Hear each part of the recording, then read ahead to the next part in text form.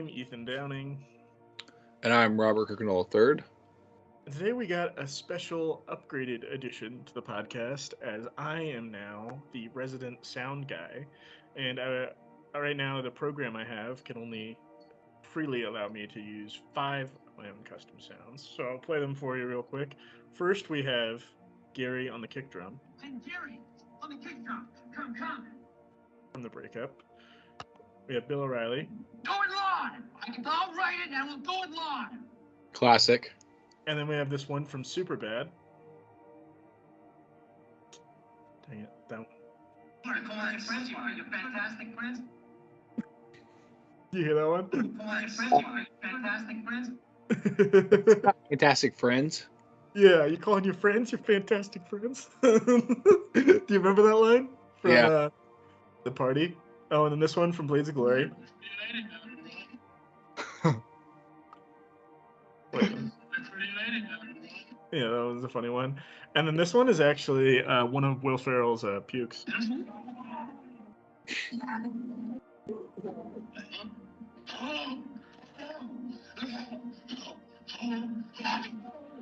Yeah, so that one's like a little bit longer than the rest of them. But, which Will Ferrell puke is that? So that's from Holmes and Watson. Yeah, that was actually, out of all the Will Ferrell pukes, that was probably the best. It was either that one or the other guy's one, where he pukes into the wastebasket. That one was a pretty funny puke. Step Brothers had a pretty funny puke too. Or not Step Brothers, Semi-Pro. Semi-Pro had the basketball puke where he threw up in Woody Harrelson's face. Yeah. It's kind of fitting though that the most defining thing about Holmes and Watson is the puke scene. Yeah. It's And for those of you who didn't watch the movie, that is the best part of the movie. Okay. That is the single best scene in the movie. Just so you know, it's the highlight of the film. That's so funny. Yeah. Okay, and I got some pretty challenging, I would say challenging. I have 4 pretty challenging trivia questions for Bobby. And for those of you who don't know, Bobby is really good at trivia. Just like, I think me and you are both better than the average person when it comes to just pop culture trivia, because we consume so much of it. I think a lot of my friends always tell me that, and then they always pick like very specific questions, and I'm like, they're like, what color was Marty McFly's underwear in Home Alone 3? And I'm like, I don't watch the movie that intensely. You know what I mean? Yeah. All right. So when you get one right, I'm gonna play. My pretty lady. And then when you get one wrong, I'm gonna play the puke. Okay. And that one goes longer, so it's definitely a good size punishment. Still going. Yeah, I know. Okay. That was actually one longer clip, and he puked like 3 times in one scene, and I cut all of them together. Okay. Question number 1. What was Phil Hartman's last acting credit before his untimely death? Was it A, House Guest, B, Small Soldiers, C, Jingle All the Way, or D, Coneheads? I'm going to go Small Soldiers. You're my pretty lady. Oh, there we go. Dude, yeah, I did. You got I it. remember he had that line. There's this really funny line in that movie that he has where he's like, I think Vietnam was my favorite war. It's like listening to the Apocalypse Now with the surround sound. I just love the way he says it.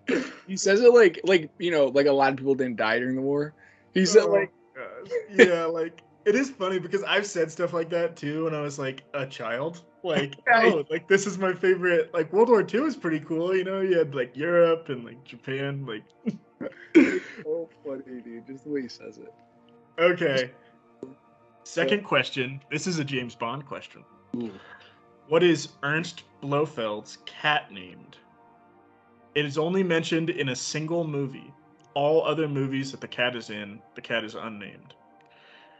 Is it A, Solomon, B, Salazar, C, Samson, or D, Samuel? Man. I like how you all picked really close names. So yeah, it's an S name because all 4 of them are S's. Can you read them again, or one more time? Just A, Solomon, B, Salazar, C, Samson, or D, Samuel. I don't know. I'm feeling Samson.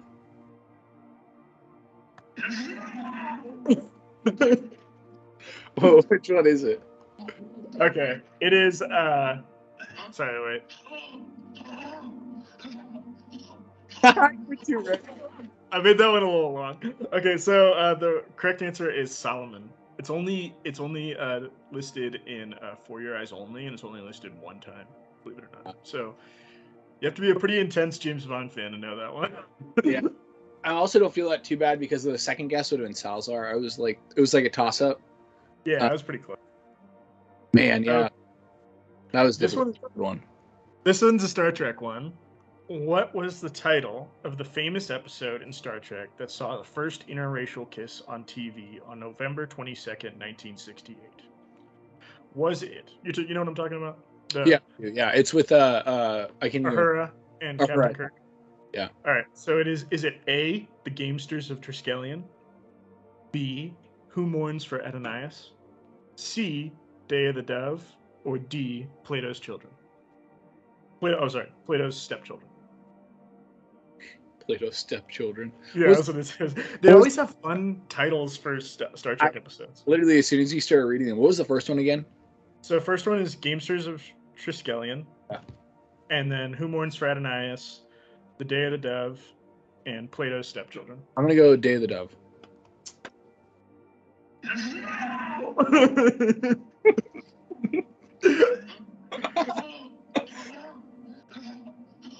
We gotta wait.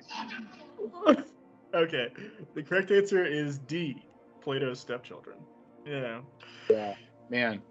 That one's a rough one. I intentionally made these hard because I knew that you were like, if I made it easy, like, who played the other burglar in like Home Alone or something? I totally thought you were gonna ask a question about a different Star Trek question, and then when you asked that one, I was like, man.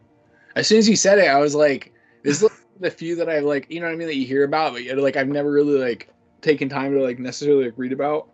You ever like vaguely hear something and like yeah, I know like James Buchanan, like I know he's a president, but I really don't know anything about him. Like I couldn't, other than his name was Buchanan.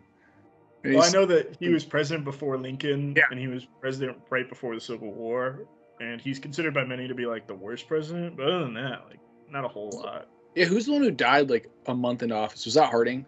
No, it's William Henry Harrison. That's William. For some reason, I thought it was James Garfield died 45 days in, so he had the second shortest.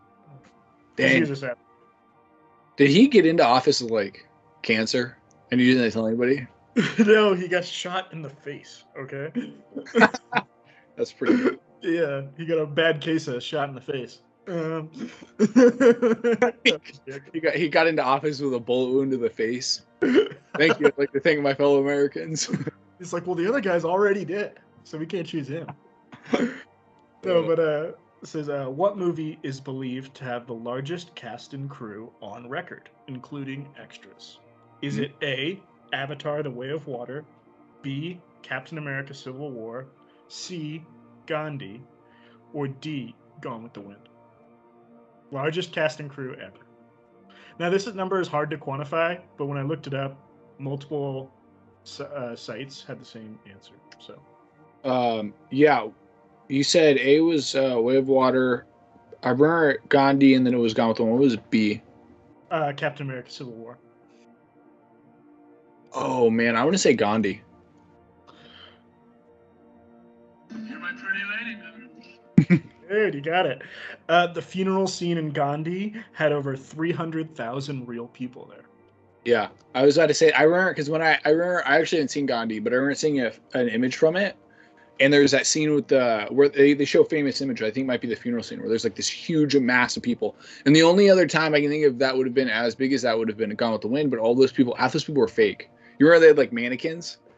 Yeah, they had the huge scene where like all of them were laid out in the sand and stuff. Yeah. On the battlefield, they show like all the, or not the battlefield, but like behind the enemy lines. Or not enemy lines, but just behind the lines. They have all these like half of them are mannequins and half of them are real people. Yeah. Well, I was actually really surprised of the Civil War scene in Birth of a Nation. I thought it was going to be like a cheesy silent film, like thrown together, like battlefield scene. It was like a legit battle. Like it was like something from a painting.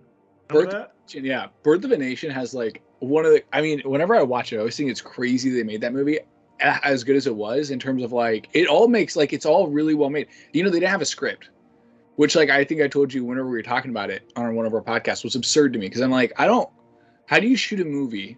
I guess because it's like a silent film, right? Like, but I was gonna say I don't think a lot of silent films had scripts. I think it's kind of like go over here and do this thing, and then we'll write some of that, words for it later. You know what I mean? yeah, but the idea that, like, Griffith was keeping, like, a running track of some of the threads in the movie, right? Like, there are so many different characters and threads that I think, like, when I first watched it, because I've seen it 3 or 4 times now, actually, that, like, was kind of difficult to even, like, really, you know, keep track of. I do think it's like, yeah, his stuff is crazy though. I mean, a lot of people say him and, like, Cecil B. DeMille, like, kind of started Hollywood, which is crazy.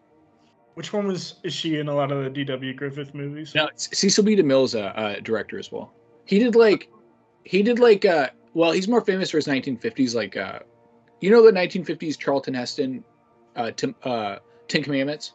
Oh yeah, and like Ben-Hur and Yeah. and, like, Well, yeah, he didn't do Ben-Hur, but he did that one, and then he also did the movie that got what's his face in the movies, Spielberg in the movies, which was called Greatest Show on Earth. Oh really? Yeah, but when he was a kid, there was this train sequence. It actually shows it in the movie he made about his life. By the way, yeah, what'd you say? The Fablemans? Yeah, yeah. Actually, that's actually how he gets into movie. That's how it opens up. Is they're, like, waiting for it, and they explain what a movie is. I was thinking, by the way, imagine being a kid and, like, imagine growing up. My first memory ever is of putting a VHS of Flash Gordon in the VCR and it not working, which kind of, like, par for the course, right, with technology. But Yeah. I remember getting really upset, which is maybe why it stuck out to me, and it became my first memory. But imagine if you'd never seen a movie. Like, imagine, like, when they were describing a movie to him, I was like, that's crazy. I was like, that's absurd. Imagine if you're just a kid and you never, like, this is your first time ever seeing a movie and you're 5. Well, I mean, it is a little bit understandable if you were, like, born in, like, Depression era, like poverty or something like that. Like really early movies. Like, if you're born in the 30s and there's not a lot of movies around, you know what I mean? You're, like, in a small town, maybe. I could see that.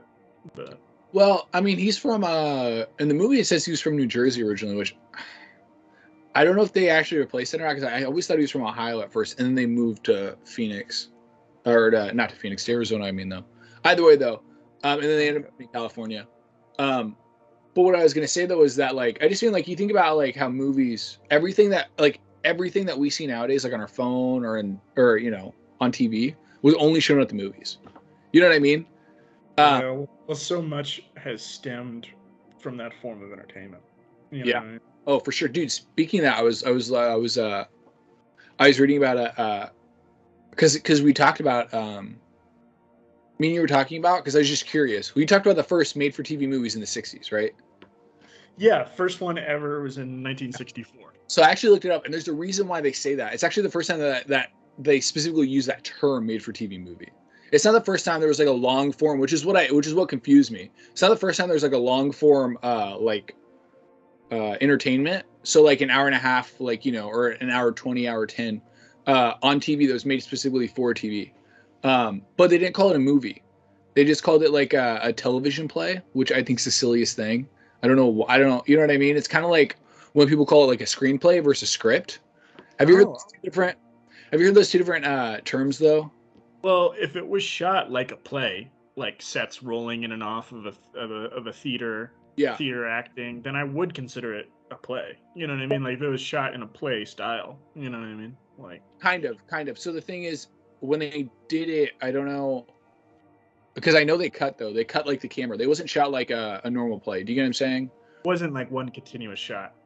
Yeah, exactly. Well, even if it was, back then, if it was one continuous shot, it would have been, yeah, definitely more of a play. Because they didn't have the technology. They didn't have, like, the, you know what I mean? Where, like, we have, like, one shot now and it's like, you know what I mean, with the drone stuff. Yeah, well, so it's like I'm not saying one shot movies aren't movies. I'm just saying, like, if it's shot like a play, you know what I mean? Like, if there's, like, theater acting, if they're, like, rolling the sets onto the stage back and forth, then it's like, I don't know if I consider that a play. Like, but if you're following one character throughout, like, a building or throughout, like, somewhere else or something like that, then that's another thing. I think. Yeah, and I think it's definitely, to me, it's more of one of those things where it's not a play, only because of the fact that, I mean, at that point they just hadn't had that, like, so TV and movies were at war with each other in the 50s, to where like people really would hate calling something like TV movies. Like that would not have happened in the 50s. There was a big worry that the TV, that's why they actually ended up creating widescreen, was because of the TVs. Oh, no way. Yeah, because if you notice that a lot of those old movies are just like a square. Yeah. Like, Yeah. you know what I mean? It's not like rectangular. Could you imagine, like, I think 50s also when they came out with 3D. Could you imagine seeing 3D though for the first time? Like, and not knowing what to expect? Well, it was weird because a lot of movies, a lot of like that was like a stereotype of 3D movies for a while, is that they were really crappy because they were 3D. Because like they were kind of just like a movie about a shark, and a shark was just coming towards the screen, and like a crappy plot that was around it, you know. Yeah. Do you remember the first 3D movie you saw in theaters? By the way, just curiosity. It had to be Shark Boy and Lava Girl. I mean, that's probably the first one that I could remember. Like, but then that one also got a bad rap too, of being like a cheesy 2000s, like, oh, we're gonna throw stuff at the audience type of 3D movie. Like, you know what I mean? Like, that's also when they still had the red and blue glasses. Yeah. I love the red and blue. A lot of people, it's called like a Cilia Fate, something like that. I don't know how you say it specifically. It's so simple. It's it's a cardboard with like a little film over it, like a little clear plastic. Yeah. I think I prefer that because part of the thing that people don't realize, and I mean they realize, but it's just kind of sad, is that like when they take 3D movies now, you have to get the 3D, you have to get the 3D TV, you got to get a 3D Blu-ray player, you got to get a 3D Blu-ray, right? Like just watch it at home. And I'm like, I remember when I was a kid, you just pop in Shark Boy and Lava Girl, pop in the glasses, and you're good to go, you know? And I really just loved that. I don't know, I just love the simplicity of it, right? Like you got the job done. The first one I was never super big on, like, I don't know. To me, 3D is not as important as like it is to James Cameron. Like, I'm not like oh, we view things in 3D, so like the movie has to be 3D too. Like, it wasn't like, I don't know. To me, if the movie's good, like, I don't care. I can watch it in 2D. Yeah. Like, well, I think 3D just makes me more excited. You know what I mean? Like it's like saying, like, you know, when you watch Star Wars, would you rather watch, like, that's why when you watch the original ones versus the new ones, it's like sometimes it's like watching dinosaurs. I mean, literally, dude, the technology has jumped so much since the original series. You know, like, I mean, really, the original trilogy. Some of that stuff, I mean, seriously, it's ancient as heck, dude. It's so, like, it's so old. You know, you have to dust it off in the film just to see it. But and it is interesting too, because like in the 70s, it was kind of like a stereotype of the 70s that, like, I don't know, like people were more cynical in movies. I don't know if you noticed that, but like the good guy died in movies a lot. Yeah. And like you kind of notice that in the original Star Trek or original Star Wars, like Ben Kenobi gets killed. Like Luke and Han, like they don't save the day. They just get away with their lives. That's kind of like the end of the movie. And it is kind of like an epitome of like 70s film. Like, you know, like Get Carter was a famous action movie with Michael Caine, 1971. And it was a great movie, and, you know, spoiler alert, but like at the end of the movie, like the bad guy gets away, and like he's just walking down the steps of the courthouse and he just gets shot.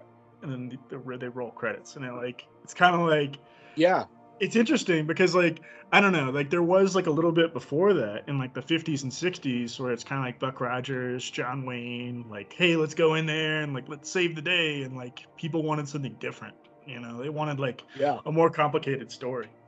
That's what, yeah, and I think that I don't know. I think really I'd say the 70s is just more willing to experiment with the idea of these, you know, of them not living, which I think is more interesting. I think both are interesting. Like when you do it right, you know what I mean? Like, I don't care if I like it when the good guy wins, but I like it if the bad guy wins if the story is done well. Like, I don't want it to just be, like, for me, if the bad guy wins or if nobody wins or if it's like, if it's not a happy ending, you know, I want it to be still a good ending, because I think a lot of times happy endings are a good way to like just put a nice bow on a story. Sometimes it can feel forced, though. You know, sometimes you're like, I don't like.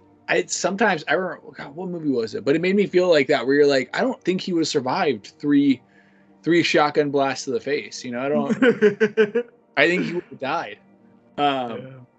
But oh yeah, what I was gonna bring up though. Fantastic friends. I'm coming up with reasons to play them now. I don't know.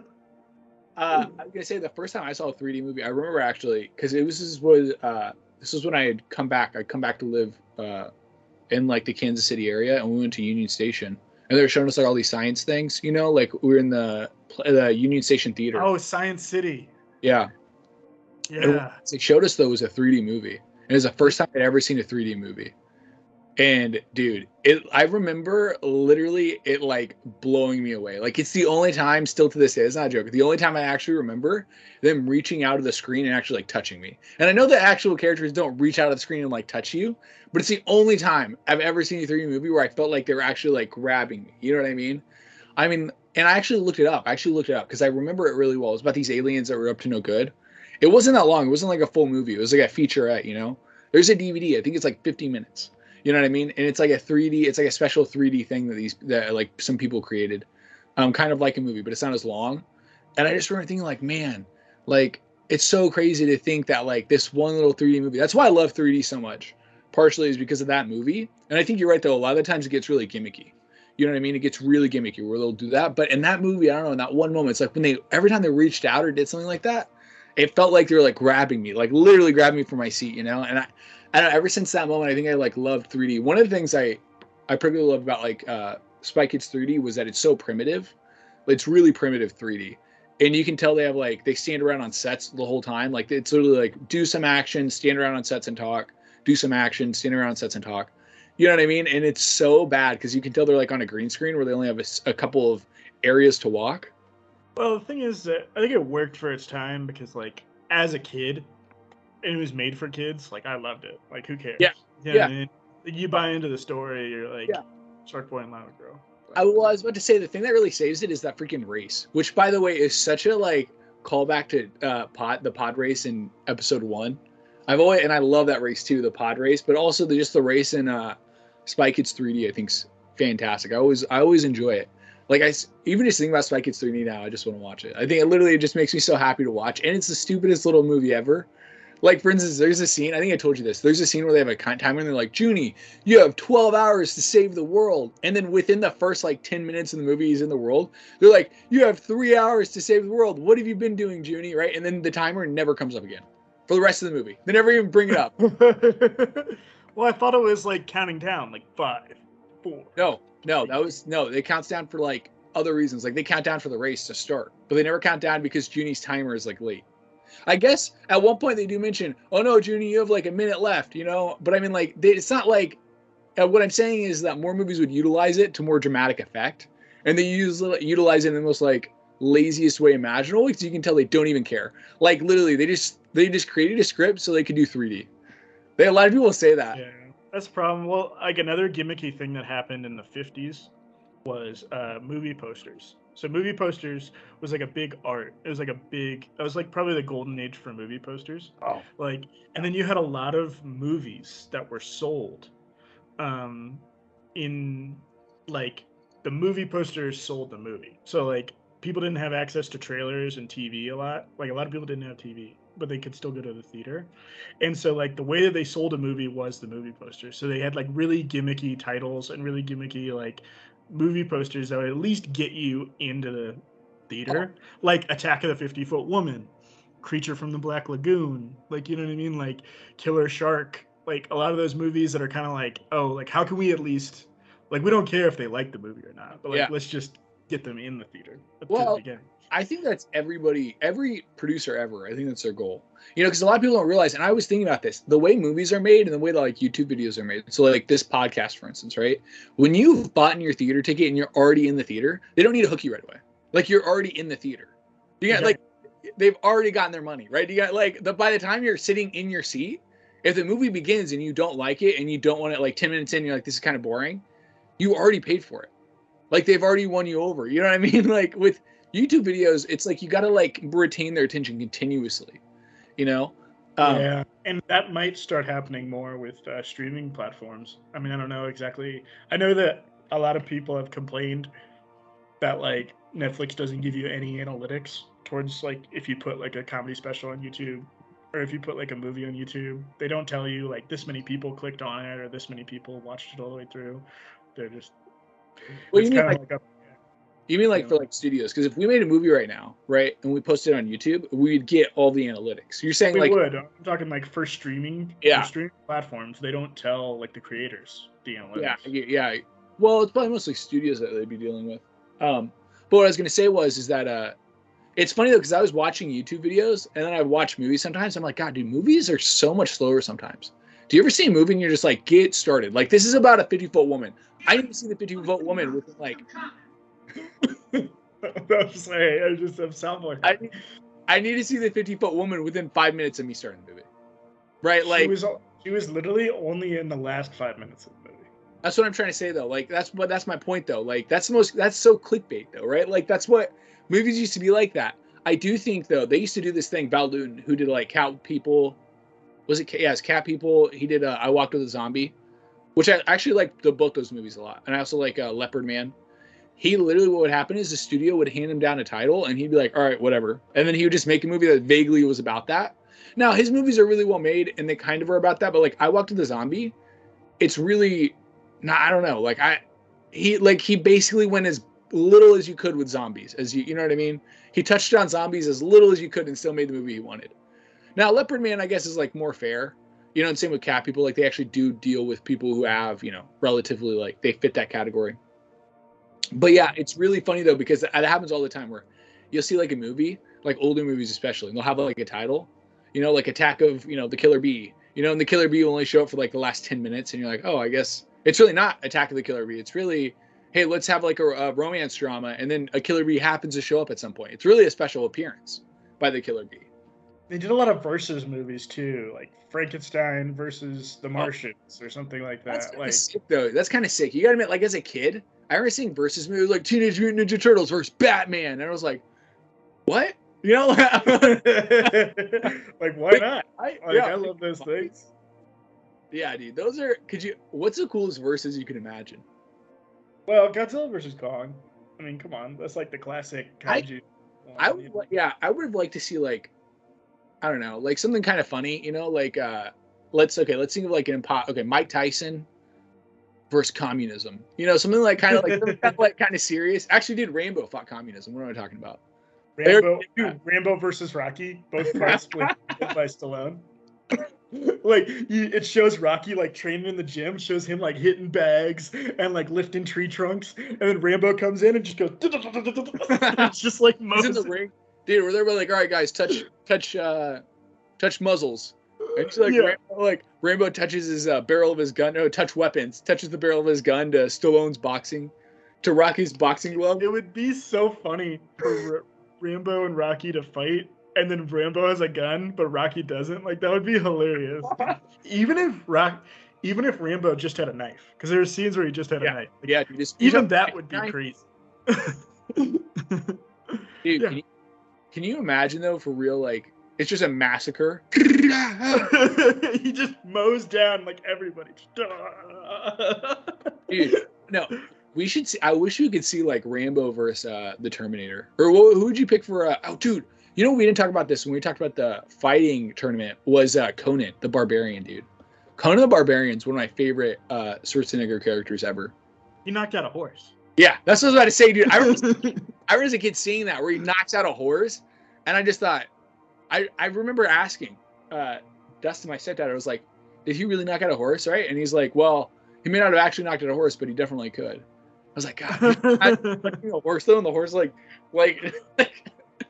taking the fall, dude. What if it was Rambo versus a horse? Just a horse. Horse. Or what if they did Robert De Niro and Raging Bull versus an actual Raging Bull? Like an actual, like there's an actual wild bull in the ring. And he's got his boxing gloves. And he's like, all right, 3, 2, and then he just gets like a horn to the neck. And he's like, oh. He's like hanging on the ropes. He's like, you never made me fall. You never made me fall.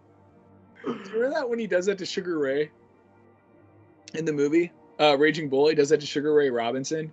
He's like, but you never made me fall, Sugar. You never made me fall. And everything like, dude, you did, because you held onto those ropes, dude. You got beaten down. He was like unconscious. Yeah. Dude, But you literally did it to where your arms like were wrapped around the rope to where like even when he knocked you out, you were just like hanging there. It's not his fault you were hanging yourself. Like that's not Yeah. you know There's compilations of that in boxing, like the guys who are like puking, like laying face down in their own vomit, and like they're like rolling around, and the ref calls it, and they're like, "Dude, I had him on the ropes, okay? Like I was about to end the fight. Like, come on." And it's like, dude, you were dead. Like you were one punch away from dying. You almost got Apollo. dude, I seen the most you almost got Apollo. Apollo.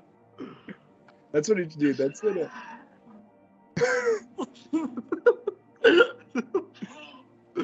that's what it should be called, dude, Apollo. But Yeah. dude, I seen Deontay Wilder knock out a dude one time with like just a like I not even like a wind up, dude, just like he picked it out of his left pocket and he just tossed it in there, dude. Like either way he hit this dude and the dude's like dude, sometimes I seen a knockout so bad. It was Michael Chandler versus Tony Ferguson in the UFC. I seen a knockout so bad, Ethan, that it was hard to watch. Like, I mean, and I watch, fighting quite often, you know what I mean? Combat sports. It was tough to watch. They showed the replay of it and I had to close my eyes. Like, I did not like seeing what I saw. It's because his skull went up at like such a like fast rate because he got kicked in the face. His skull right here at the chin went up at such a fast rate and his skin was going down as he was jumping down and his skull was going up. Like he jumped onto the kick. It was almost like a flab with his skin. There was like a flab where his skin hadn't caught up with his face yet. And it was so bad. It literally was haunting, dude. It is so hard to watch. It was, That's why I hate those guys who, when you watch stuff like that, they'll critique it. They're like, "Oh man, why didn't he give him a right hook?" Like, I was like, dude, you're fat. You weigh 300 pounds. Okay, like you would have fallen and cried if that happened to you. Okay, like you wouldn't have lasted that long. Have you heard about Joe Rogan talk about knocking someone out? And he's like, the first time I did, I thought it'd be awesome. He's like, it's not. And I'm really like, yeah, dude. People don't. I've never like knocked anybody out cold like that, but I'm saying like people don't realize how like when you're in a fight and you see someone really get injured, that's not like you're not high-fiving the boys. You're not like, look what I did to this guy. You know what I mean? Well, that's what Mike Tyson said. He said he loves it. Mike Tyson is an animal, right? We've mentioned this, Mr. Mike Tyson. We love you and we never want to fight you, but we all know you're an animal. We all know you're literally an animal. That's like your myth. He literally said on Joe Rogan, he's like, knocking people out, it's orgasmic. That's what he said. He said that. Even if it wasn't for him, he would have said that. Right? Like, even if he hated it, that's his thing, right? Like, that's the dude. He has this like perceived notion of he loves fighting. Like, fight me. Have you ever do you remember I was telling you? Baddest man on the planet. Yeah. The best way to get somebody not to fight you is to be a little too excited to fight. No, come on, let's go. Come on. I'm ready to go. You take off your shirt. You start taking off your pants. You have boxing trunks already. What? Are you serious?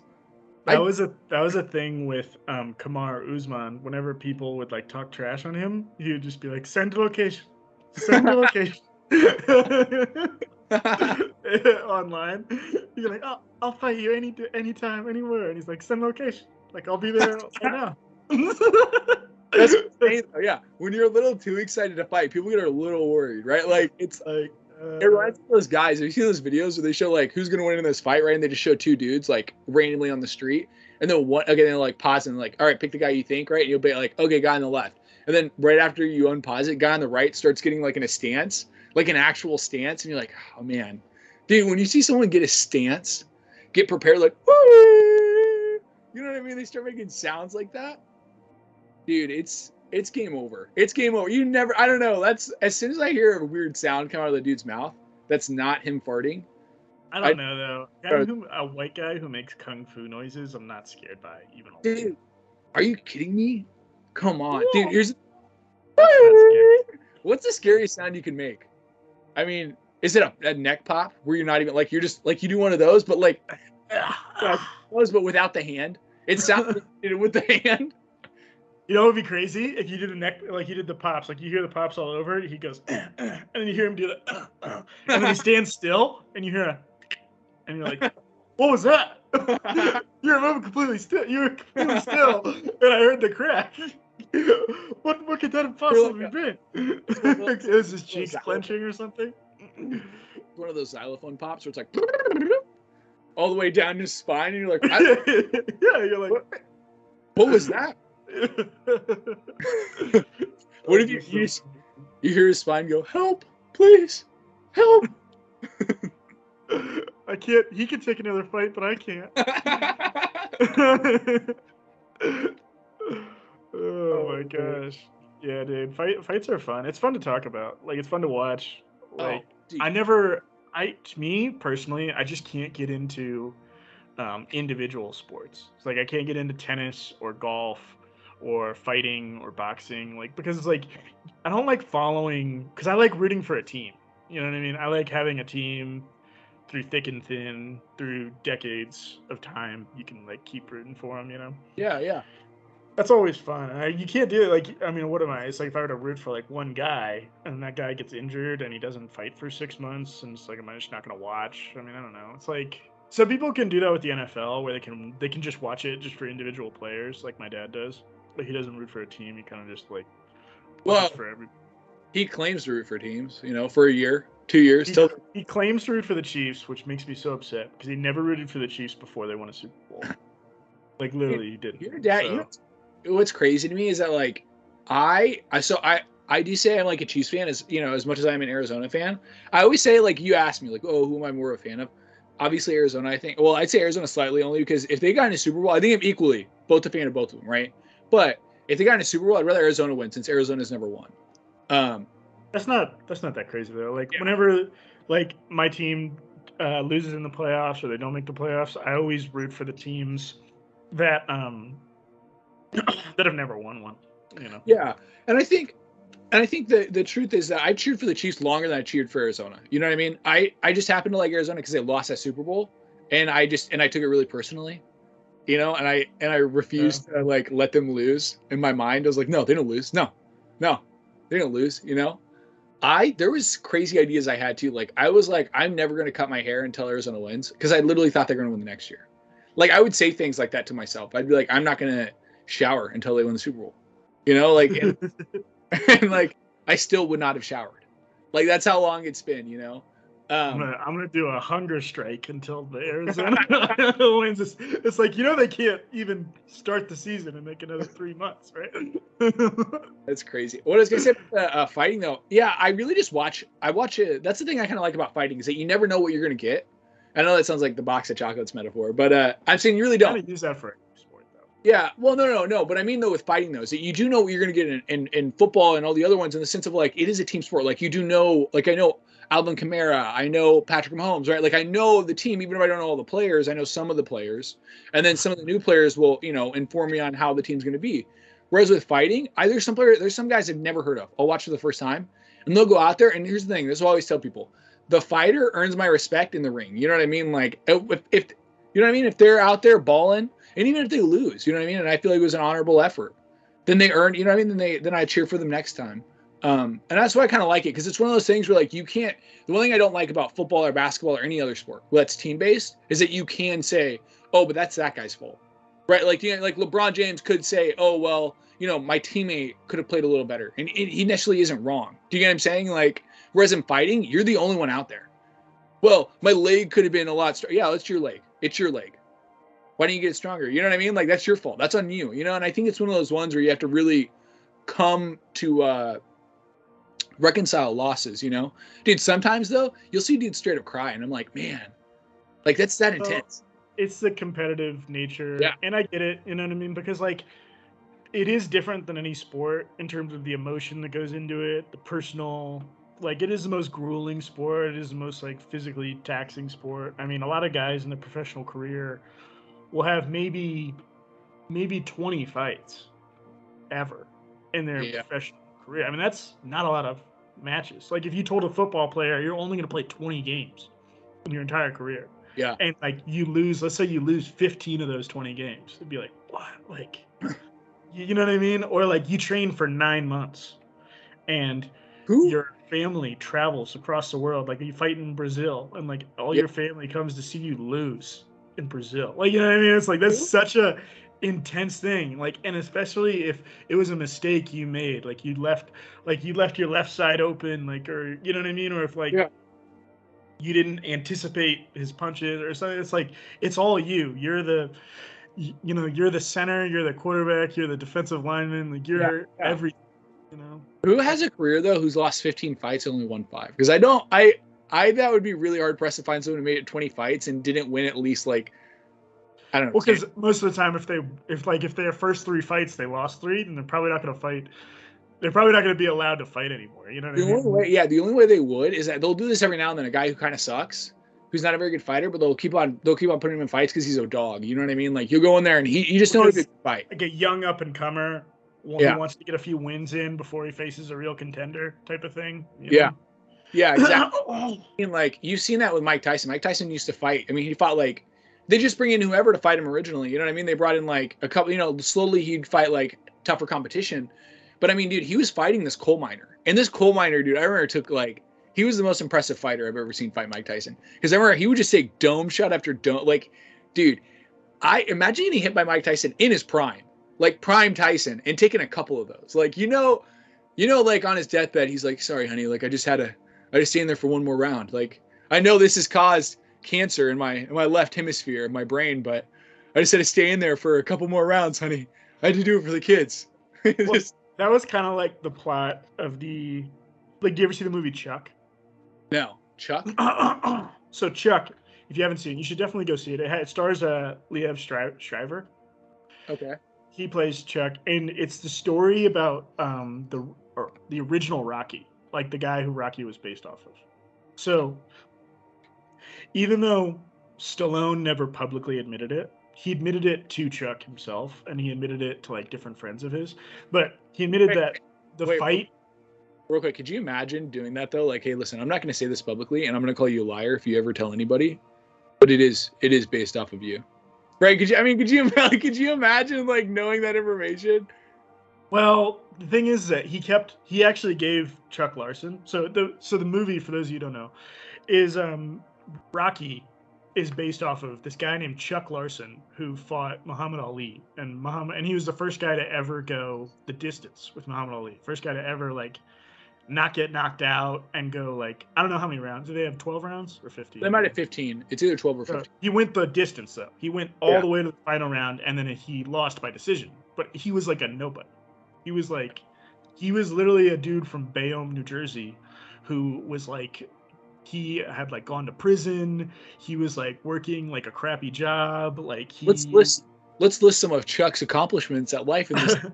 he knew how to make a double quarter pounder with cheese. No, but like you know what my point is. Like he was and the movie was about him and him being a bad dad and him like kind of just bouncing around and being like an amateur fighter and like kind of struggling throughout his career. And then early on in the 80s, Stallone made the movie, I think it was called Lockup. Was that the name of the movie? It was one. I don't know. Well, remember, you know the movie I'm talking about where he was in prison? Stallone was in prison. Yeah. Let me see here. I'm just gonna look it up real quick for the audience. Stallone. Prison. I feel like you're not talking about Escape Plan. Oh, Lockup. Yeah. So it was Lockup, 1989, and he made that movie. And so Stallone and Chuck Larson actually stayed friends throughout their lives. And he would have Chuck Larson show up to like public appearances, and he would actually give him money whenever Chuck Larson would ask for it. Like it was like a weird relationship they had. And then Chuck Larson actually got put in prison for a crime that he committed.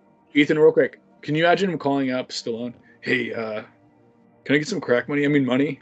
Like, regular money.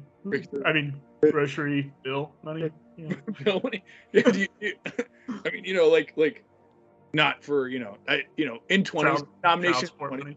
Yeah, not 8-ball money or anything like that. No, but the 20. My dealer only takes 20. I mean the store, Walmart, only takes 20s now.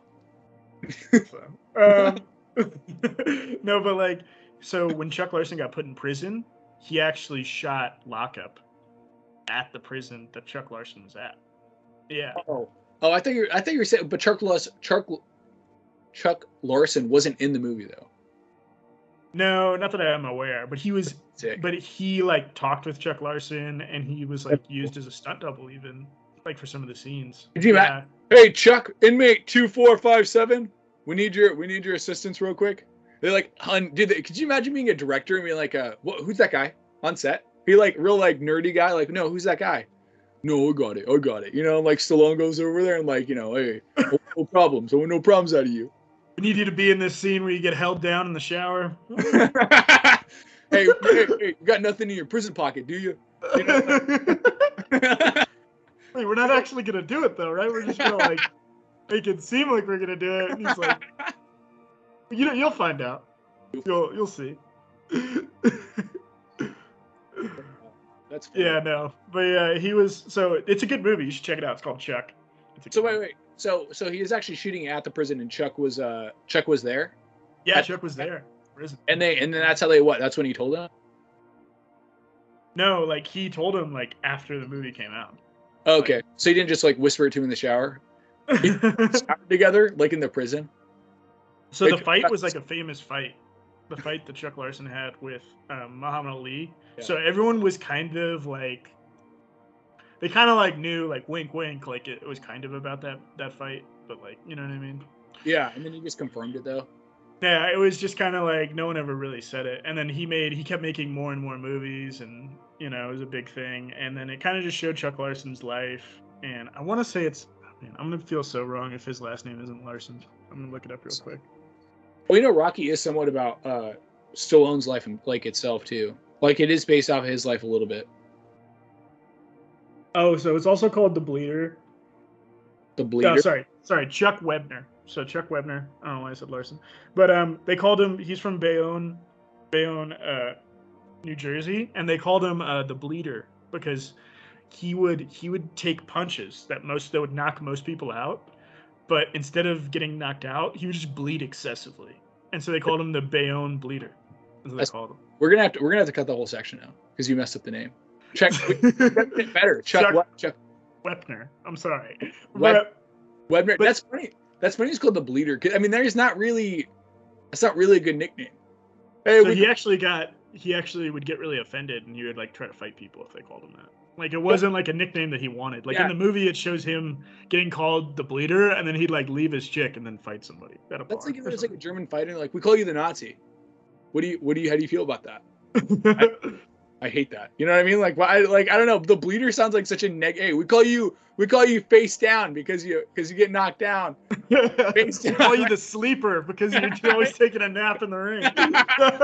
That's not a good name. Like, the Bleeder does make it sound like maybe like a little bit of more of a positive one, though. I will say that. Like, you could be like, well, he just bleeds so much.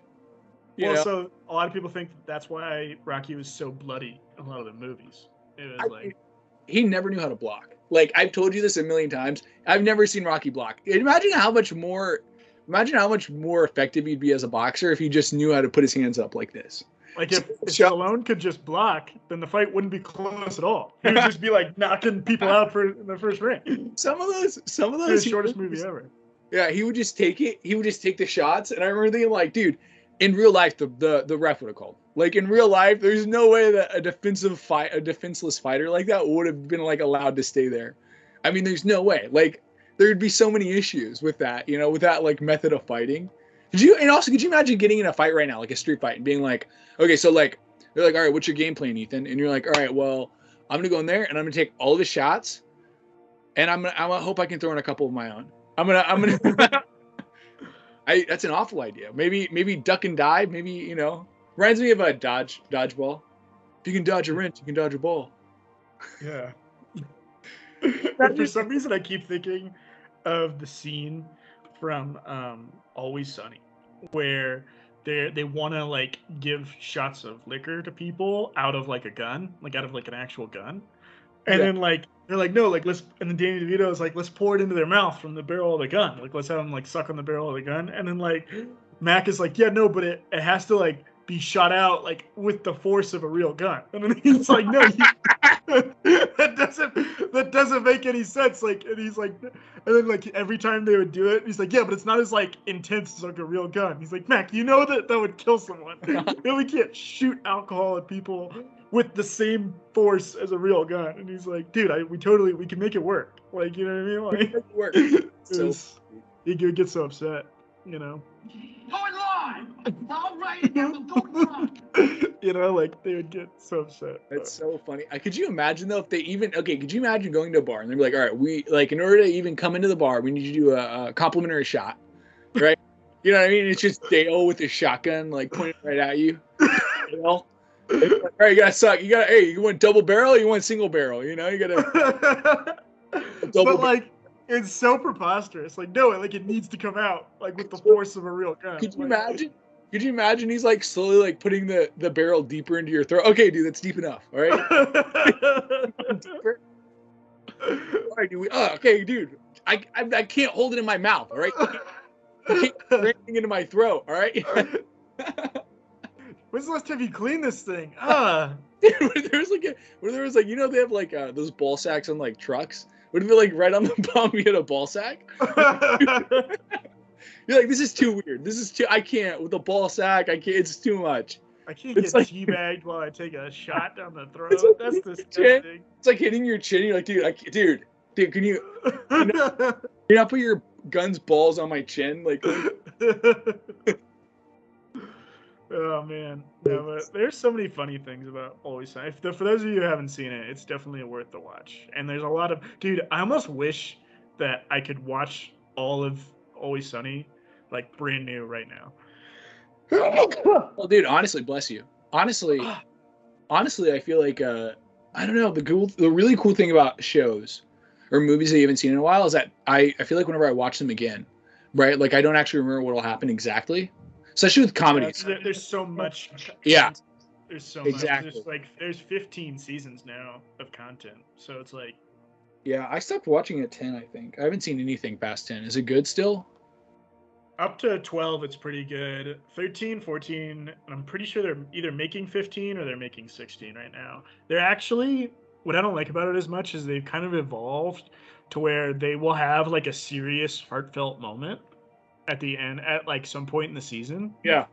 That's not funny at all. Like it's completely serious. And it takes me out of it so much. And it just, I don't know. For a comedy show to have such an intense, like there was a scene where Mac was gay and he had this like really intense scene where he like cried. And it was like a very like intense, and he had like a dance routine. And it wasn't meant to be funny. It was like they played like, you know what I mean? It was weird. That's kind of funny. Like, I know you're like, it's not meant to be, but I mean, you know what I mean? I just mean. They like totally for real meant it to be serious, and it was like so it was so off-putting. And the same thing with, there was a scene like that in one of the later seasons where Charlie met his dad. He met his real life dad. Yeah. In Ireland, and they went to Ireland and they met his dad. And there was a scene where they tried to carry his dad up this hill and drop him off a cliff, because that was like one of the big things was like everyone wants to get dropped off this cliff whenever they die.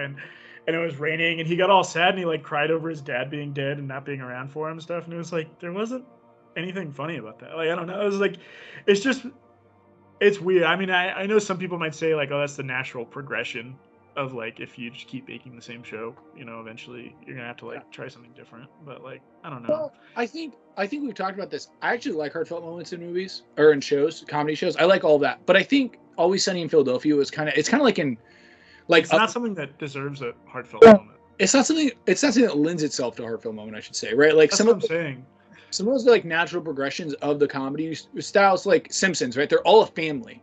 So like for them to have like a nice, sincere moment as a family makes a lot of sense because they're a family. You know what I mean? It just doesn't make sense at Always Sunny, because there's so many times even in Always Sunny where they would set up a heartfelt moment and then they would knock it down. Like with a joke, you know what I mean? They would like, as soon as someone tries to like be emotional, they'd be like, D, stop being, you know what I mean? Yeah. And they'd get all upset, and or they would like say something hilarious, or they'd tell each other to go F themselves, you know what I mean? Like it was always like, they always were like such a more brutal form of comedy, and more like, you know, depreciated. I think also they're all awful people. I would never want to hang out with any of them. You know what I mean? Like as friends, they would never be, and none of them would ever be my friend. And I think they're all hilarious. I think Charlie would be a good friend. He's probably the only one. I don't know. I was just thinking, I don't know. I do think if you pop in Frank, I think Frank in different concoctions could be really fun. You know what I mean? Like I've seen Frank in like when he has like a new group and he always gets them in trouble. And I'm like, yeah, like maybe not working at a bar. Is that fun? Because you have like legal ramifications if you let people under 21 into a bar. But like in other situations where like you're driving and he's like, I forgot to put in gas. What are we going to do? You know what I mean? And, like, Yeah, like when he got a new group of friends at a new bar, and he started giving alcohol to minors, yeah. and they're like, "Oh, how are we gonna get out of this crazy situation?" And he's like, "We're not. We're just gonna get arrested probably." And then they got arrested, and the bar was closed down. Yeah, do you remember when he literally gave alcohol to minors and then he called the people who or what are they? I can't think of it. But the people who like actually look to see. ATF. Yeah, to see if bars are giving alcohol to minors. He called them as well. Like not only did he I also was set up like, the issue. you didn't give them a way to like fix it before. Yeah, it was like, what do you? We have 30 minutes to do. What are we gonna do, guys? Nothing. We're gonna give up. We're gonna close the bar. Like we're done.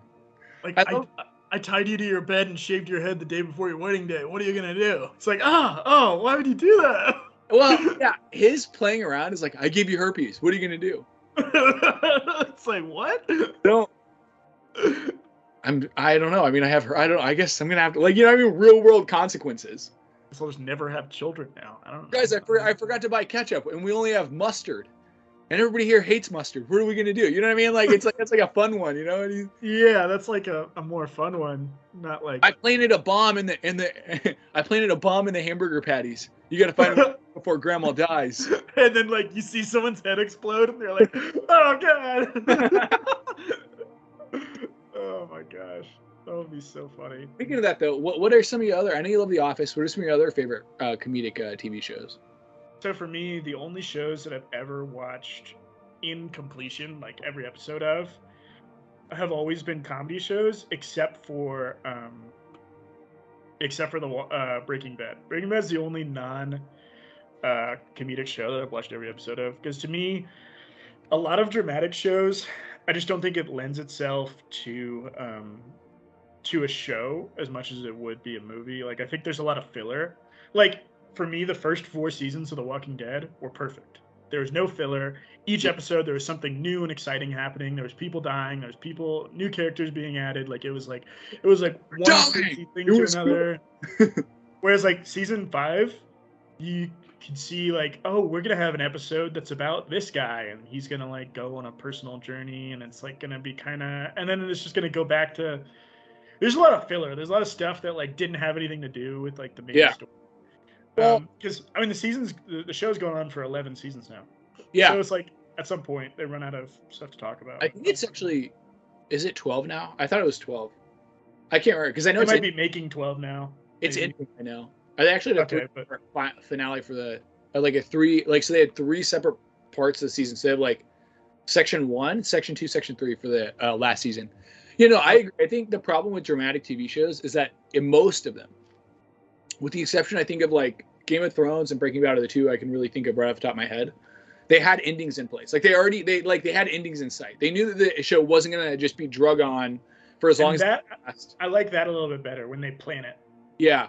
Well, and that's because it should be like I don't know. It's a story. Why are we dragging it on? You know, I think it's cool. The only 2 dramatic TV shows I can watch, it's like you said, the ones that kind of have an ending kind of set. You know, like I didn't start watching Game of Thrones until the final season, right before the final season was released. That's when I watched it all. And then I watched the final season. You know what I mean? When it came out. And Breaking Bad, I just watched all of it because I was hearing so many good things about it that I just, you know, I was like, oh, I gotta watch it. And I loved it. I really liked shows that are like mini series or like just like 5 episodes. You know what I mean? I think those are fine. You know what I'm saying? Because again, it's end in sight. And I think the problem I have with so many shows is that like if the story isn't, like you said, still compelling me, if like for instance, I know at the end of episodes, so many episodes or TV shows, seasons, they'll solve all the characters' issues and be like, all right, guys, I guess we solved all the issues. You know what I mean? Like time to like just hang out now for the last 10 seconds of the show, and that's the ending. And then the next episode or the next season will be like, oh no, we're in another pickle that we have to solve all season. And now we're effed even more than before. Right. And it's like, I don't like that. Yeah, I'm always like, I don't need to watch that season, nor do I kind of want to. I already saw the first one. I know, you know what I mean? I kind of know, I already kind of get the beats, you know? On top of that, I actually don't watch all episodes anyways of every show, of comedic shows anyways. Like, I've not seen every episode of Seinfeld. right? I love Seinfeld, and I would watch it all the time. And in fact, if someone wanted me, like if someone's like, "Hey, we should watch every episode," I would. But I don't feel the need to watch all the episodes for every comedy show. You know, I just kind of pop them in whenever You don't need to know where you are at in the story. And I actually love those types of shows the best. So the shows that I've watched every episode of are The Office, Parks and Rec, Seinfeld, Friends. Friends, you're fantastic friends. And That 70s Show, like comedic shows, Always Sunny. I've seen every episode to date. I've seen almost every episode of South Park up until like the most recent ones that are being made now. So I've seen like 20 seasons of those. So it's like the ones that you can kind of just pop them in anytime, anywhere in any season, and you just enjoy it. It's not like, which is, I like that. It's like, because then you could tell that there's particular effort made for each episode to be its great little thing. Yeah, You know? yeah. Oh no, for sure.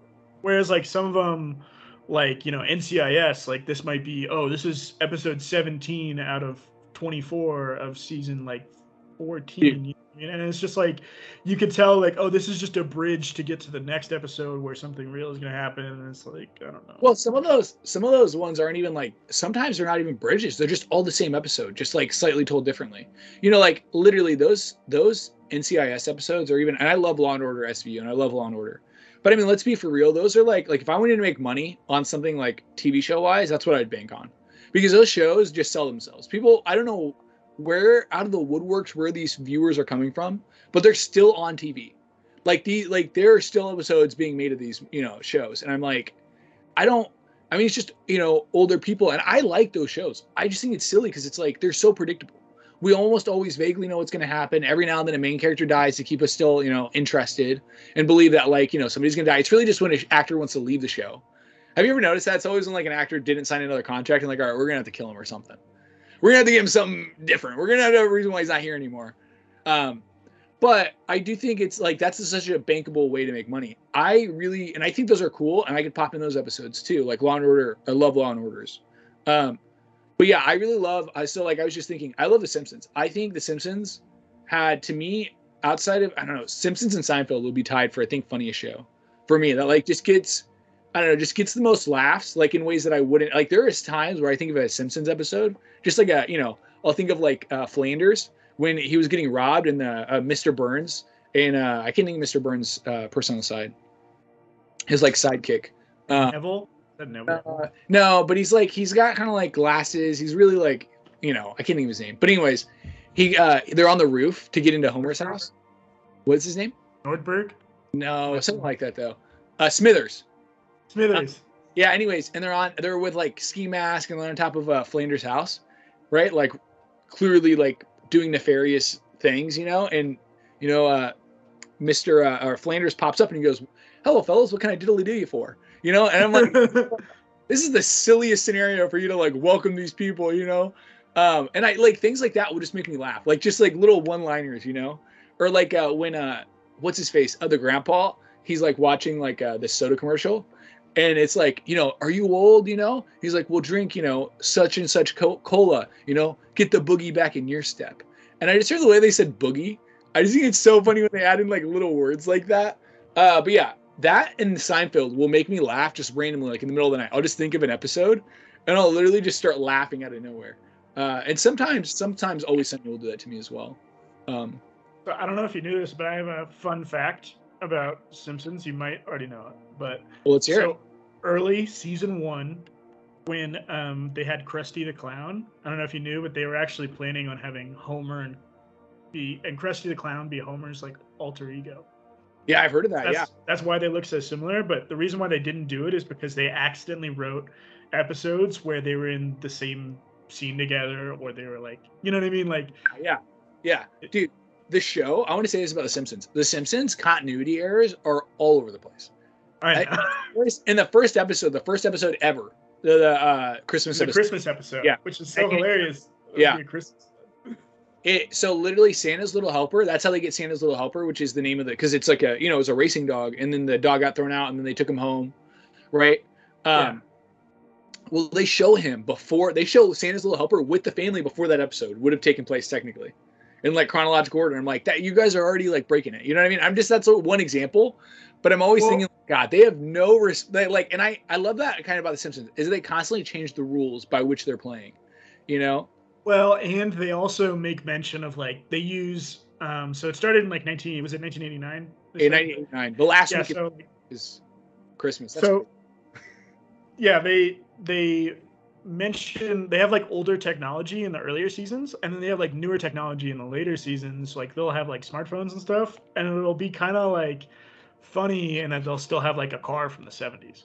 Yeah. You know what I mean? And it's like they still have like, and they don't really explain that, or they also like kind of do like a wink and a nod to the fact that Bart Simpson's been a child for like 30 years now. You know what I mean? It's like, yeah. They kind of have fun with it, which is fun, and you gotta give a little bit of credit to the writers, because when the writers are doing a flashback scene, they have to think of like 30 years of content when they're thinking about, does this match up with so and so episode? Does this conflict with another? Well, you know what I mean? Also, I mean, how many futuristic episodes have they had of The Simpsons where it doesn't line up with like the future and other episodes? You know, I mean, like, and I don't mind it. I think it's fair. I think it's fair game because of the fact that you're right. It's been on for 30 years. Like, I'm not. I just think like it's the amount of people that have seen every single episode of The Simpsons is probably less than 1% of the fans, I would imagine. I mean, well, especially because the later years just are not it. I mean, really, like and we talk about like they totally could be good. I was telling you, we were talking about that, how they could be good. I just think they're not. Like you just sometimes they have the possibility to be good because a writer is a writer. You know, yeah, I mean? You can have yeah, exactly. I just think part of the reason why The Simpsons made so much gold, or why it was such gold at first, was it really was the first like adult themed cartoon. You know what I mean? So like you had Conan, you had Brad Bird, who did The Incredibles, Iron Giant. I mean, you had like all these talented people, James L. Brooks. I mean, you had all these talented people in one room. You know what I mean? Just like together, kind of thinking of ideas. You know what I mean? And they weren't always there together, but I'm saying like when you just play around with that and you realize all the different like creative minds, that were in on it, it's like wow. And on top of that, a lot of the people who were in it, like the guy who does Homer, can't think of his name, Dan Castillo, something like that. He's in the credits. He's always. Yeah. I recognize the name from the credits. Yeah. He's like, here's the thing. He might have had ideas when the show first came out, and they might have been like, all right, yeah, like give me some ideas. You know what I mean? They're playing with it. Well, now you think the dude ever has ideas, or do you think he just goes in there, gets a paycheck, goes home? The problem is that in the beginning seasons, there is a threat of we could get canceled. If this thing isn't the best thing ever, then there's a chance that it could get kicked off the air. There's a chance that we could get cut short. There's a chance that people could get fired. There's a chance it could be a big failure. Whereas like 10 seasons in, 15, 20, 25 seasons in, now you're like, the show is going to go on no matter what. Even if we have an entire season that sucks, it's still going to keep going. Well, I think also, I mean, I think it's also important to say just in the Simpsons history that like James L. Brooks played a big role. He was a big name in TV at the time, right? When he produced it, like meaning they would not have just gotten canceled after X amount of seasons, like so easily. They would have gotten like a notice and stuff. But I do want to say another big thing is too, though. There's a chance people couldn't have liked it though. That's true. Well, also the writers though, Matt Groening, right? When he gets in there to do The Simpsons at first, he has all these ideas. Who doesn't, right? Like, oh my gosh, you know what I mean? There's like it's like fun, it's exciting. And I'm saying now, again, you think he has ideas? Why would, like, he's done it for, if he's in it even anymore, he's done it for 30 years. You know what I mean? I'm saying like at some point the well runs out of ideas that you want to use. You know what I mean? That's why he creates Futurama. That's why he creates Disenchanted? You know what I'm talking about? The one for Netflix? Oh, the movie? No, it's a show. He has an adult comedy. Oh yeah, Disenchanted. Because they are making a movie called Disenchanted. But, yeah, the Disenchanted was actually pretty good. I actually liked it. The movie? And the show. Yeah, the show's all right. I don't think it's on the level of Futurama though. I really do think Futurama and The Simpsons are definitely his best too. Can you say that guy also made King of the Hill? No. That's Mike Judge. He did Beavis and Butthead. Which Beavis and Butthead and King of the Hill. I could watch King of the Hill all day too, by the way. King of the Hill, I forgot about King of the Hill. King of the Hill, Simpsons. King of the Hill is funny, but it is more of a slow burn. Like there are times you have to be patient. That's kind of what I like about it. Well, I think the comedy's just a lot more subtle. Like, for instance, they'll just have like very subtle jokes, right? Like it's kind of like the Diet Dr. Kelp, where like if you don't pay attention, something like that line is so funny to both you and me. But I'm saying like it's so easy to forget that line's even in it because it's not a huge scene. You know what I mean?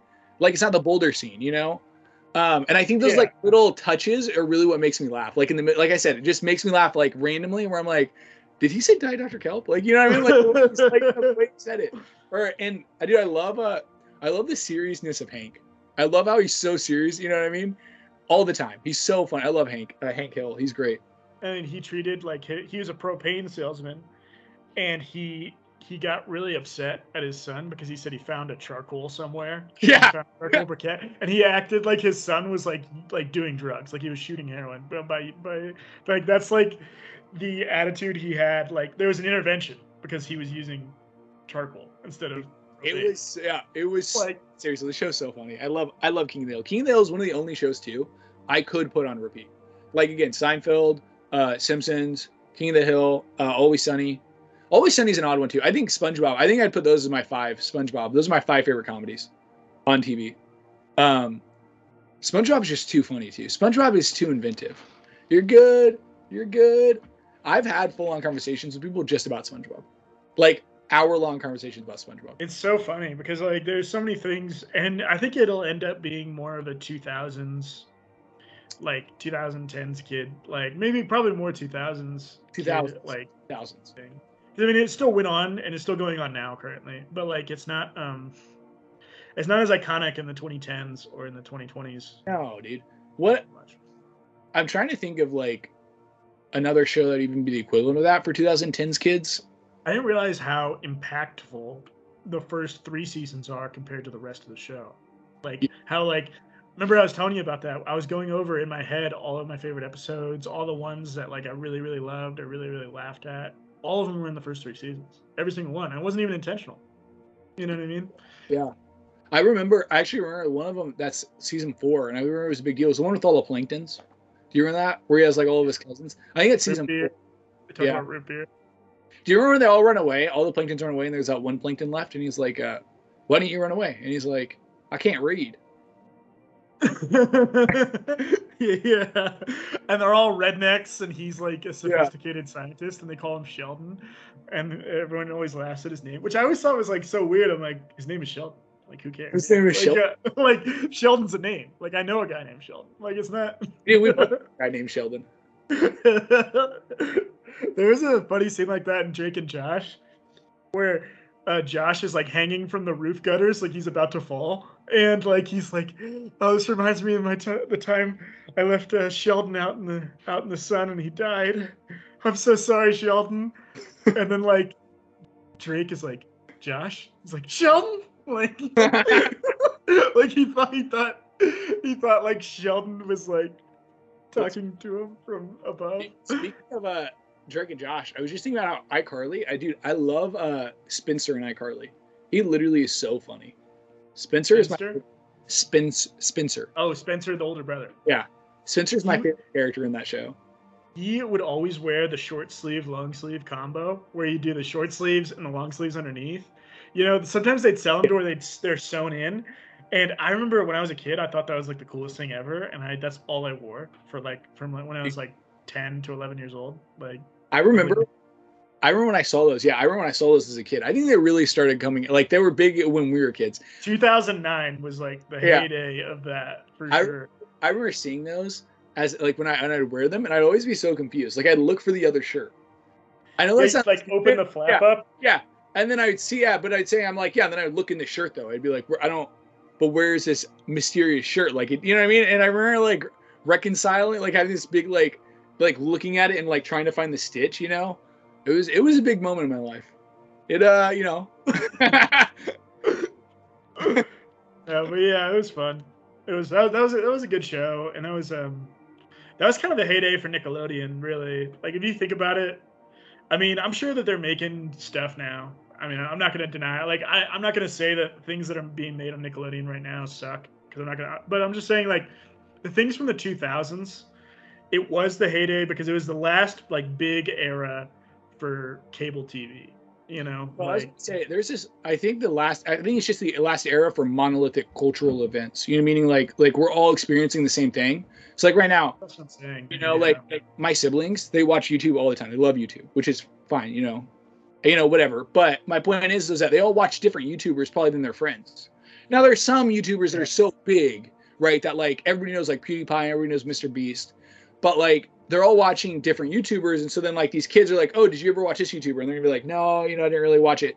So the thing is, it's gonna be like Netflix will probably be more of the like monolithic thing. Or like, oh, did you watch so and so on Netflix? I think gaming is more of a monolithic thing. Like Red Dead, like so many people play Red Dead Redemption 2, or so many people play.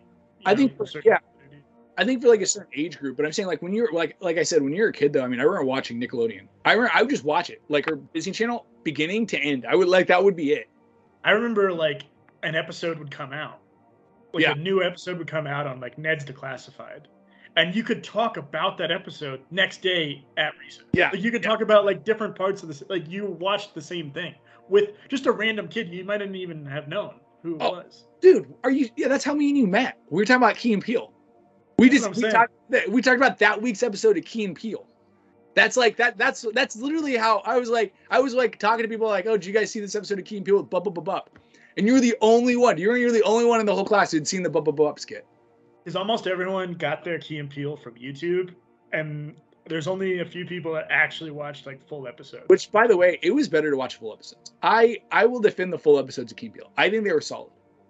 Well, it was weird because like I don't know, like you could definitely there were some sketches of Key and Peele that weren't as good that you got to see. For sure, I think some of the parts that I really liked were the introductions. Like they would tell jokes. Do you remember that? They would tell jokes. They would be in front of like an audience and they kind of give jokes. Like the double Dutch joke, which was hilarious. Yeah. I don't watch football. Like that was hilarious. You know what I mean? Like, but like there's a lot of different. They are comedians, so like they can get a crowd laughing. For sure, Well, that's what I loved about it, and I think that's why, like, I mean, one of the only monolithic things we still have are like sports, and we also still have, I think, like things like SNL. Sports are happening to everybody at the same time. Like when right now, for those of you who don't know, the divisional round is going on this weekend, and that's happening to everybody. Like everyone's gonna watch Jacksonville lose. You know what I mean? By the time this comes out, the Chiefs will be in the Super Bowl. Yeah, well, have you heard they're planning a neutral site? Yeah, because of what? Well, that's if the Bills win. I don't know if the Bills are going to win. That's if the Bills and the Chiefs win. Yeah, well, did you also know that if the Chiefs win and the Bengals win, this will be the 5th year in a row, which will break the record, that the Chiefs have held the AFC Championship game? Oh, so wait, do you mean held like hosted or just been hosted? In? No, hosted, like as in like it's been in Arrowhead Stadium. What's the record for the most consecutive appearances? Just appearances. Appearances? I don't know. That's a good question. I should look that up. Can you look that up real quick? Yeah. What do you think that is? Don't do AFC. Just do conference. Just do conference. Most consecutive conference championship appearances. Because I want to see if the NFC broke it either. I know there's a bunch of different years where the Broncos did it, like in the 90s. The Dolphins did it 4 years in a row.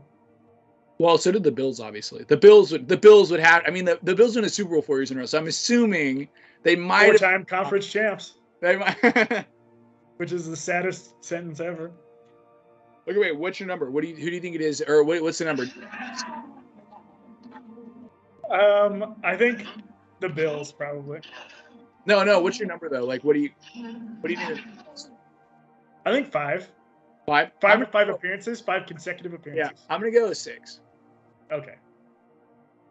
In NFL. All right, let's see.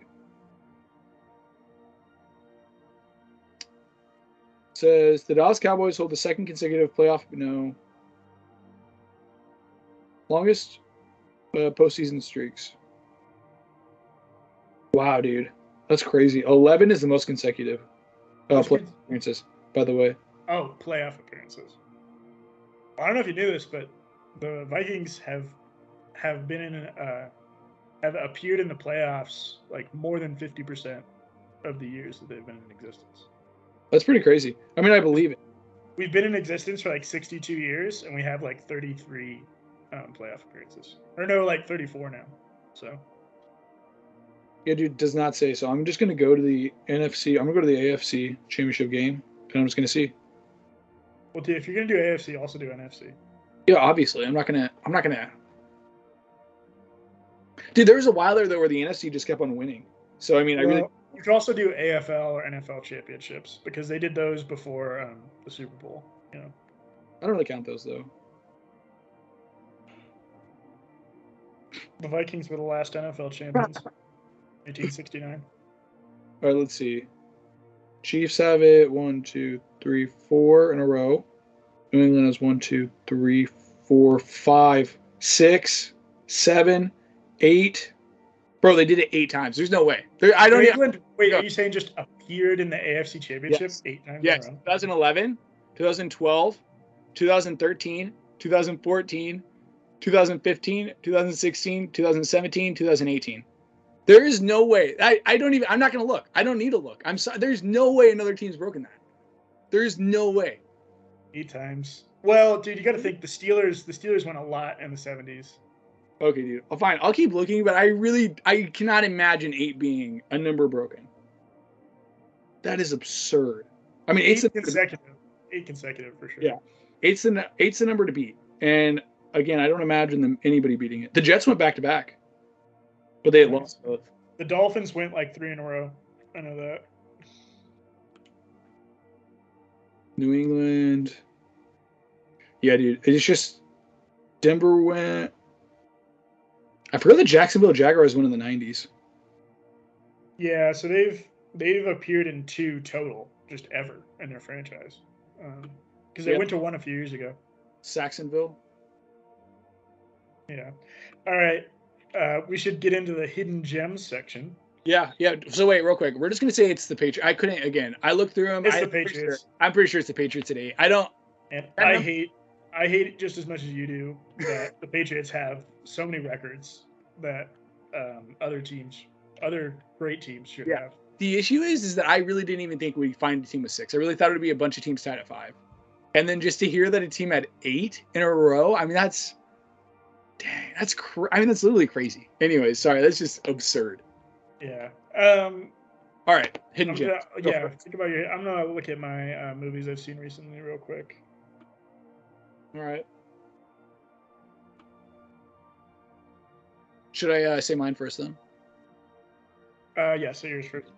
Okay, so mine this week is Metropolis, which I know the 1927 version is not a hidden gem, but there's an animated version they did in the 2000s. That's really good. So actually what happened was this guy created a manga, and he saw photos from the movie, just stills. And it was so amazing to him that he literally wrote a whole story around the stills. Completely different movie? Yeah, it's completely different though. Completely different. Well, completely different? No, I mean, it's vaguely different. I should say different enough to where you wouldn't know unless you knew the story, right? Like I'm saying, it's about a robot, you know what I mean? Blah, blah, blah, about murders, blah, blah, blah, right? But it's not like the movie, if that makes sense. Yeah, that's fair. Okay. But yeah, it's really cool. It's really good. I really enjoyed it. It came out the early 2000s. But yeah, it's good action movie too. I mean, it's an animated movie, but it's got good action, good story. I really enjoyed it a lot. The city obviously is really beautiful too. I just felt like playing it. I'm sorry. But yeah, that's my hidden gem. That's awesome. My hidden gem is probably in the movie we talked about earlier called Chuck from 2016. Also referred to as The Bleeder. It is a sports movie. It's about about Chuck Webner and the original Rocky, and it's pretty cool. And they have a guy play Stallone in the movie too, so that's pretty cool. That's pretty cool. Wait, they have a guy Stallone? It's got Jim Gaffigan in it too. Wait, they have somebody play Stallone that's not Sylvester Stallone? Well, so they actually have Sylvester Stallone in it as well. But he's not playing. They have a guy play younger Stallone. You know what I mean? Because that's hilarious though to think they have actual Stallone in it, but he's not playing Stallone. In a movie, because I mean, it makes sense for him to play an older version of himself because he is old. You know what I mean? Yeah, I mean, I guess. And this movie came out on the 40th anniversary of Rocky. Oh, that's pretty cool. Yeah, so it has a lot of things with Rocky, which is pretty nice. You know. Yeah, that's really cool. Yeah. Share any final thoughts? I haven't been able to look at my camera because I've been on the soundboard the whole time, so I'm just back now. But yeah. We're gonna start doing we're gonna do obscure movie reviews. I think that's what we're gonna title and our first movie review is going to be The Ghost Flight of 401. So be looking for that movie. And check it out. It's fully available. Every movie that we're going to review is going to be fully available on YouTube and going to be a movie that no one's ever done a review of on YouTube. So it's going to be really exciting. Yeah, or at least a review that doesn't have a lot of reviews. Because I mean, some There's of no video review of it. Yeah, we might find 1 or 2 reviews, but yeah. Maybe after, but not after. I'm saying we're the first ones to do the video review. Yeah, on YouTube. The YouTube review. All right. But yeah. My final thought is I don't know, watch King of the Hill. I think King of the Hill is a little underrated. I really do. I don't think enough people talk about King of the Hill. Damn it, Bobby. That's what everybody always says. I actually did. I didn't watch it for so long because of that. It always upsetted me. Bobby has the funniest voice, though. His character has the funniest voice. They made Bobby the stupidest character. He's always they made him like the wimpiest, like fat, like which is funny because like people always imagine rednecks to be like tough and like built for tough, like, you know, being like super tough. But like they don't imagine like the wimpy redneck kid that's like fat and like doughy, and like his dad is always like, why don't you be tougher? Like, you know what I mean? Like that's always like kind of the funny, because that's kind of how it was. Like he was like the doughy, like, you know, bald kid. Yeah, exactly. But yeah, all right. Yeah, I'd just say watch King of the Hill. But hey, thanks for watching with us, and thanks for supporting us. And you know, there are going to be more developments soon. Our production quality, as you can see, is getting better and better through each episode. And you know, thanks in part to Bobby editing and our soundboard. And we're going to be putting out more content every week. So yeah. Thank you so much, guys, for watching. Have a great day. Subscribe. Yeah, like and subscribe. Yeah. Yeah. All right. Bye.